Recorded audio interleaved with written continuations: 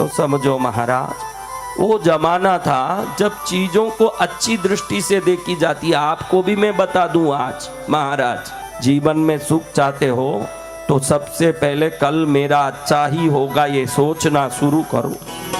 ये बहुत जरूरी है। कल मेरा कैसे होगा ये सोचें तो नकारात्मकता को आकर्षित करोगे विचार के कारण। विचार ही सब कुछ है। मेरा कल क्या होगा, मेरा कल क्या होगा। घबराहट आ रही है तो घबराने लायक समाचार भी आकर्षित होंगे उस विचार से। और जिसको होगा कि आज का क्या, कल भी मेरा अच्छा ही है ना, जिंदगी मेरी अच्छी है, जिसके विचार में आ गई जिंदगी की अच्छाई, उसकी जिंदगी अच्छा ही होगा। विचार क्या आना चाहिए? अच्छा होना चाहिए विचार। जीवन आज कैसा है उसकी चिंता मत करो। विचार अच्छा होगा तो कल का जीवन अच्छा ही हो जाएगा।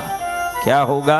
अच्छा हो जाएगा। किसके मन में ऐसे विचार आ रहे हैं कि मेरा जीवन अच्छा है, कोई टेंशन नहीं है? ऐसे किस किस को आया है? तो कल से कोई उठ के मेरे सामने गीत ही नहीं गाना जिन्होंने हाथ उठाया। फिर ये सब गीत दुविधाएं क्यों आ रही है जब इतने मन में दृढ़ता है? दृढ़ता भी नाटक है न पॉजिटिविटी भी नाटक है। कब गुरुदेव बोलने का अगर समय दें तो उठ के अपने जिंदगी भर के बड़ास निकाल लें। एक बार यही मन में सोच आए कि एक बार सब बात कर लें। वो तो अच्छा हुआ कि मैं उन सबसे सावधानी हूँ। अगर थोड़ा छूट दे दिया हो तो भले ही वायु सबसे बड़ा है 18 पुराण में स्कंद पुराण। कौन सा? स्कंद पुराण। हाँ, स्कंद पुराण सबसे बड़ा पुराण है। लेकिन इनको माइक दे दोगे उससे बड़ा पुराण की रचना करके ही ये रहने वाले हैं। वो पुराण छोटा पड़ जाए, 18 पुराण में भी छोटा पुराण हो जाए, ऐसे इनके पुराण हैं। तो वो पुराण खत्म होना हो, आप भी चाहते हो कि दुविधा संकट सब खत्म होना है। बहुत सरल उपाय बताऊं। मैं खूब खुश हूँ, ये एक सदा सोचना शुरू करो। 1 महीने में देखोगे कि आगे कोई शिकायत करने कोई जीवन में कुछ रहा ही नहीं। सुख ही सुख आता है। विचार ही सब कुछ करता है। विचार खींचता है सब सुख दुख को। क्या खींचता है? विचार।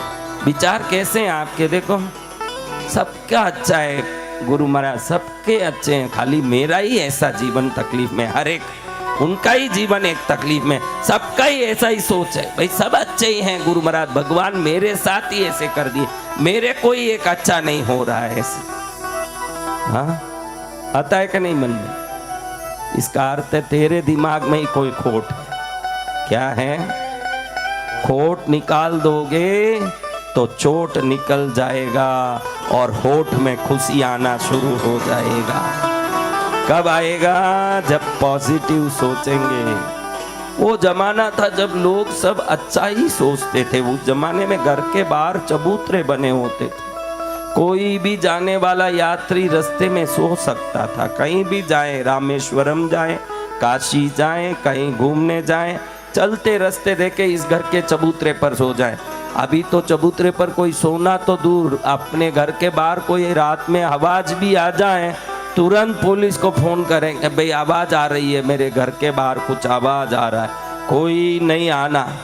हाँ, जो कोई नहीं आना सोचता उसके घर में सुख भी नहीं आता है बाद में, क्योंकि उसने सोच लिया कुछ नहीं आना मेरे घर में। फिर कैसे सुख आएगा? नैमिषारण्य के यज्ञ में कई बड़े बड़े ऋषि मुनि पहुंच रहे हैं दूर दूर से। सब मन में सोच के पहुंच रहे हैं 12 वर्ष तक यज्ञ चलेगा। कितना? अभी आपको बोलूं मैं 12 वर्ष तक निरंतर यज्ञ कर रहा हूं तो साल में 2 बार आके मिल लेंगे गुरुदेव, आपका दर्शन ले लेंगे। कितनी बार? 2 बार। क्योंकि संसार में कीचड़ में पड़े हुए मछलियों को, ये देखो खारे जल में जो मछली रहती है उसको आप अच्छे जल में उठा के डाल दो मीठे पानी में, क्या होगा बताओ आप? हाँ, हाथों हाथ क्या होगा? हाथों हाथ ही मर जाएगा। इसका अर्थ क्या है? जो खारा जल में है उसके लिए मीठा जल लायक का नहीं है। जो संसार के कीचड़ में पड़ा है और अभी तक पुण्य नहीं जगा, वो गुरु की चरण में रहना मुश्किल है, वो रह नहीं पाएगा। लक्ष्मी माँ को भी एक दिन बहुत ऐसे दुखी होकर के मन उदास करके बैठी थी तो नारायण जी पूछने लगे कि क्यों उदास है बे? लक्ष्मी क्यों उदास क्यों है तू? तो लक्ष्मी कहने लगी, देखो प्रभु, नीचे देखो, हम ये वैकुंठ में, सुगंध में, क्षीर सागर में, दूध के समुद्र में मौज ले रहे हैं। पूरा समुद्र मीठा दूध का है। कभी लहर झलक के मुंह पर गिरता है तो इतना मीठा दूध मुंह में गिरता है कि मुंह को आनंद आ जाता है। हमारा समुद्र भी यहाँ मीठा है।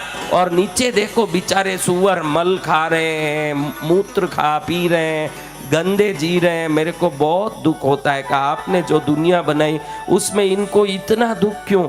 इनको भी वैकुंठ में ले आए तो कितना मजा आए। ये भी वैकुंठ में रहें, हमारे साथ रहें, हमारे साथ खेलें, दूध पिए, मौज करें, आनंद लें।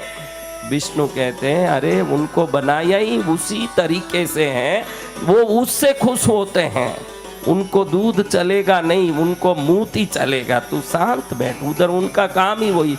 नहीं, मेरा दिल नहीं मानता, मुझे तो उनको वैकुंठ में लाके दूध से नहलाना है। विष्णु ने कहा, तेरी मर्जी भाई, तेरे को जो करना कर ले, तेरी मर्जी, तेरी इच्छा, तुझे जो करना कर। तो अब लक्ष्मी माँ भूलोक में आ गई। भूलोक में आ करके नीचे देखती है, जगह जगह पूंछ मरोड़ के सुअर दौड़ रहे हैं इधर उधर, हाँ हु दौड़ रहे हैं। तो कुछ सुअरों की टोली देख के लक्ष्मी माँ गई, मेरे प्यारे बच्चों, मेरे प्यारे बच्चों, माँ है, बड़े प्यार से बोली। तो एक सुअर मुंह उठा के देखा, सोची कोई पकड़ने आ गया है, और जोर से दौड़ा सुअर। ये पीछे पीछे गई, बेटा मेरी बात सुनो, वैकुंठ में आ जाओ, मेरे साथ वैकुंठ में आ जाओ। पहले तो सुअर उसको देखा, ये कौन है, मेरे पीछे पड़ गई।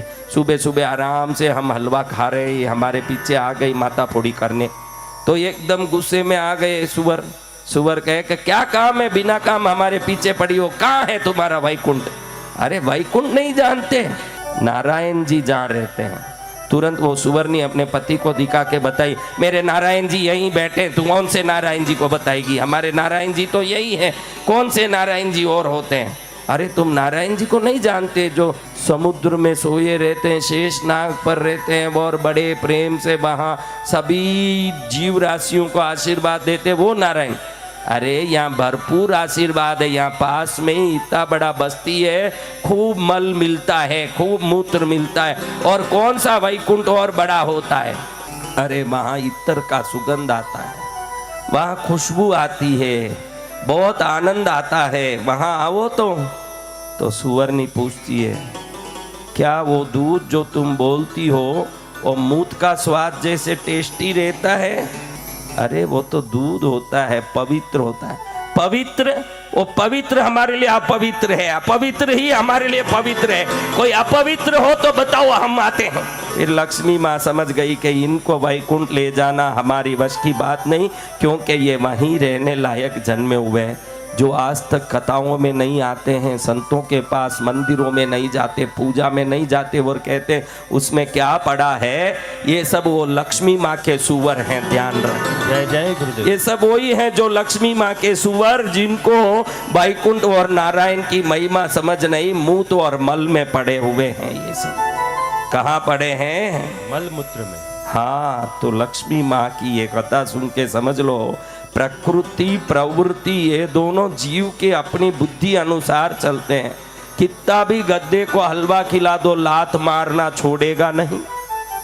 हाँ, कुत्ते को आप कितना भी प्रेम से संभालो, भौंकना छोड़ेगा नहीं। अपनी अपनी प्रवृत्ति है। तो पुण्यशाली होते हैं जो जहाँ यज्ञ मंडप हो, जहाँ कथा होती हो, जहाँ पूजा भक्ति होती हो, उस जगह में कोई पहुँच रहा है तो निश्चित ही वो वैकुंठ का वासी रहा है, जो नारायण को पसंद करता है। बिन नारायण की बिन कृपा बिन भजन न होए गोपाला। नारायण की कृपा बगैर नारायण का भजन, हाँ उन्हीं की कृपा है जो उनकी भजन हो रही, वरना कैसे होगा।